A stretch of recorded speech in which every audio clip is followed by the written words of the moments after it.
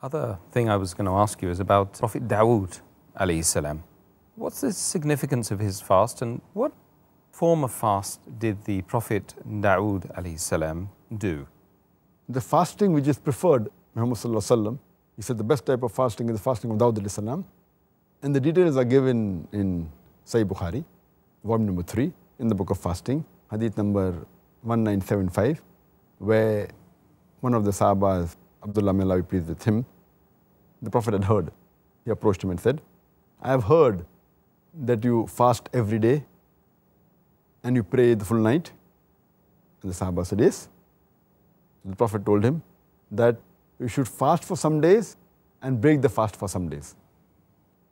And you should pray at night and even sleep at night, because your body has right over you, your wife has right over you, your family has right over you, and your guests have right over you.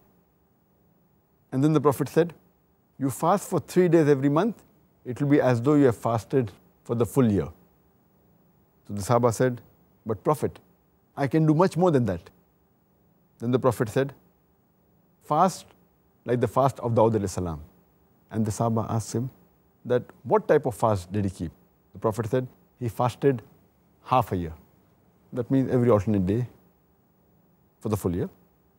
The other hadith of Sahih Bukhari, volume number 3, book of fasting, hadith number 1976. The same hadith repeated, but in the ending he says, fast like the fast of Dawud alayhi salam. And Dawud alayhi salam fasted one day and broke the fast the other day. That means he fasted alternate days the full year.